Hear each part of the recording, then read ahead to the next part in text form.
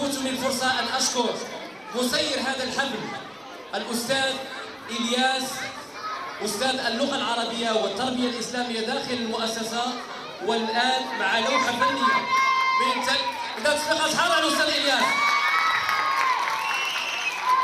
أستاذ إلياس أستاذ متألق بشهادة مركز التوثيق على مستوى أكاديمية الجهة.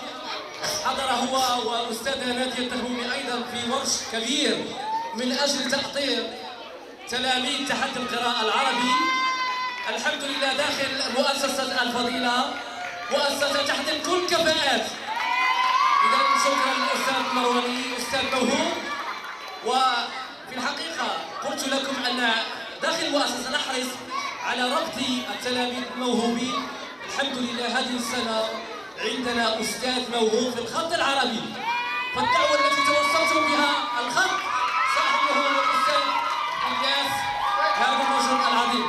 إذا مع اللوحة الفنية للقسم الثامنة، مرحبا.